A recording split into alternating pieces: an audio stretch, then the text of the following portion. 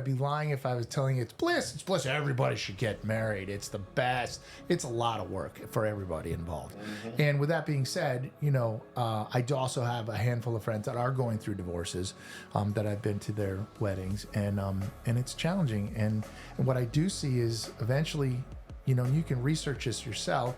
You'll go through anger and then denial. It's just like a death, and then you go depression, and then you start to get a little. If you're lucky, you get motivated, and then you pull back on, and you look down the road. Statistically speaking,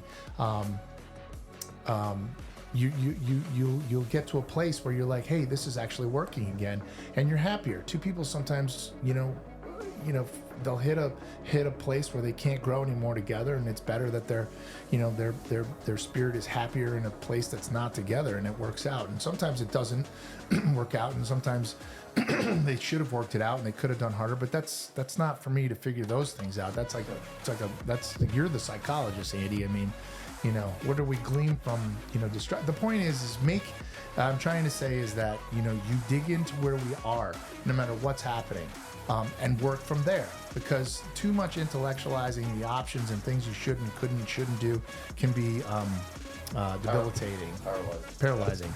So it starts where you are, and I guess coming back to pre-divorce and marriage and before you're into trouble, when you're still kind of fresh-faced looking out into the world, what should I do? I'm not quite sure. Well, I should go to college. That's what I told I should do. If you're not 100% sure you want to go to college, take a year off and travel. That's all I'm going to say on that, because it made a world of difference to me.